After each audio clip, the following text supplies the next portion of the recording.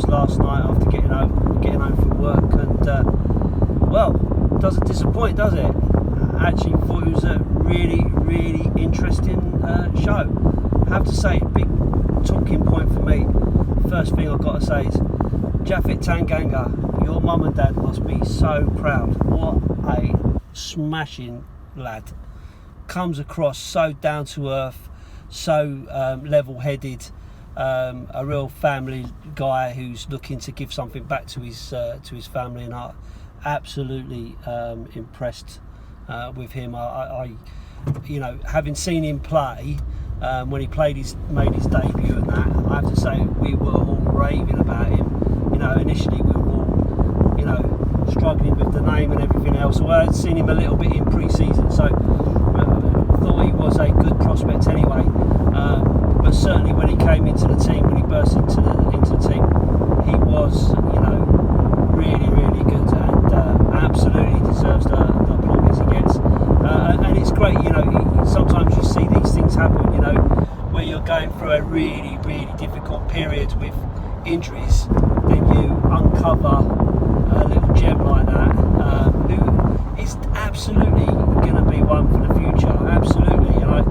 And he's going to make mistakes, he's going to get called out, he's going to have periods where it's not going to go his way, but absolutely class act, and a smashing lad by all accounts, and it really came across. He did himself a world of favours in that show. I thought he really did his family proud, and hats off to him. I really enjoyed watching that part of the episode.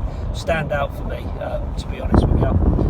I guess the other bit really that kind of struck me a lot was the Christian Eriksen saga.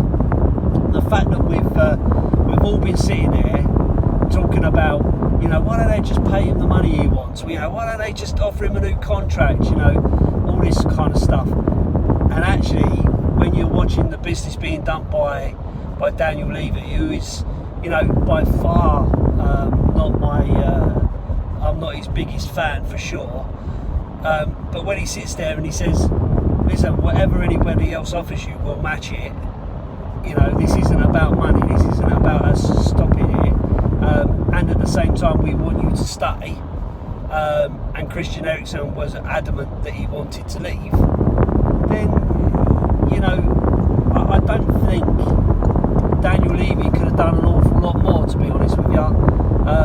And it's not often you'll hear me stand up for the guy, but I honestly do think that he would have done whatever he needed to do to keep the player if he wanted to stay. And absolutely, you can see that Christian Eriksen had made his mind up. He didn't want to stay.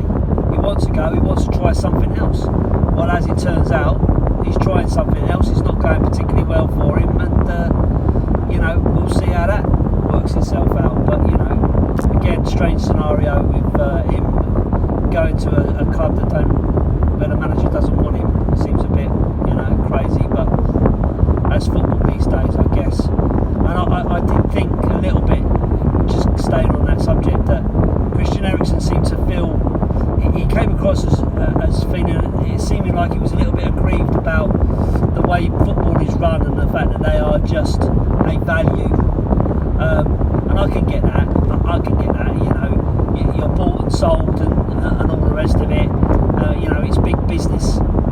There's no other business in the world that behaves like that to its employees, where it sort of says, you're tied to this contract and you will stay, and if you don't, we're going to get money for you. I can kind of understand it a little bit, but at the same time, you've got to protect your club.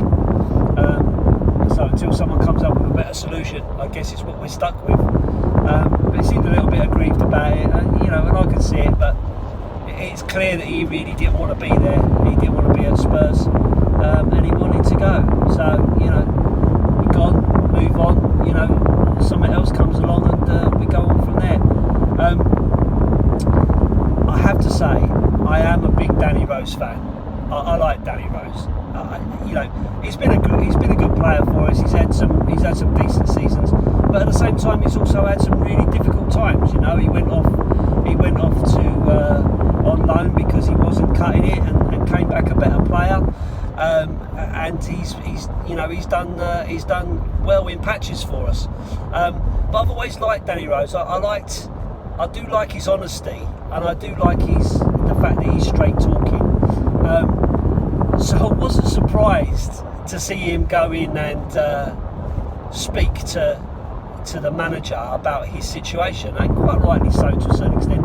You know, if you're in training and you're watching some of the other players playing and struggling, and I think he made some good points about the fact that the defence was leaky, it wasn't actually doing what it's supposed to be doing. You know, he accepts he might not have had a great game, but then there's other players not having as good a game as well. He deserves some kind of explanation, maybe, and maybe that's one of the areas that Jose could have picked up on. Maybe he could have had a conversation sooner, or in a little bit clearer. Maybe he needed to coach him a little bit more about what he's actually doing wrong, what he wants from him. Because as he said, when you've got right-footed centre-backs playing in your position and you believe in yourself, which we all do, I mean, let's be honest, we all believe that we do a good job of what we do, whether it's as a manager of a logistics company or a footballer. It doesn't matter. We all like to think that we're doing a decent job of what we do, what we get paid for. So if you think you're doing a good job and then someone else comes in and says, and they put someone else in your job, you're going to ask the question, well, you know, I'm a logistics manager, so if they sent in a manager who manages hotels, I'd be a little bit put out that they didn't want me doing a logistics job, you know, and they'd rather have someone who knows how to run a hotel doing it. So I guess he's got a point, but if he's not doing well and he's not playing well, then obviously the manager has to call it out. But for me, one of the main things has always been communication. You've got to communicate that with people.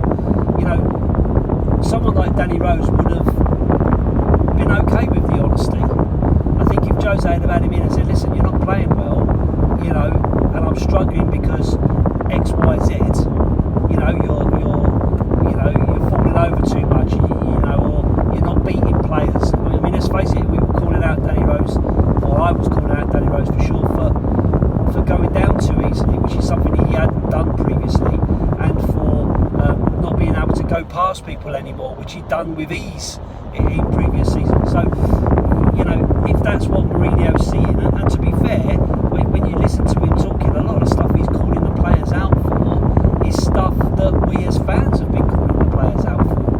So, you know, I thought it was good to see him come in and talk to the manager about it. I felt Mourinho, and of course it depends on how it was done, I felt Mourinho could have maybe been a little bit clearer with him and kind of said, listen, you know, this is what it's about, this is what the future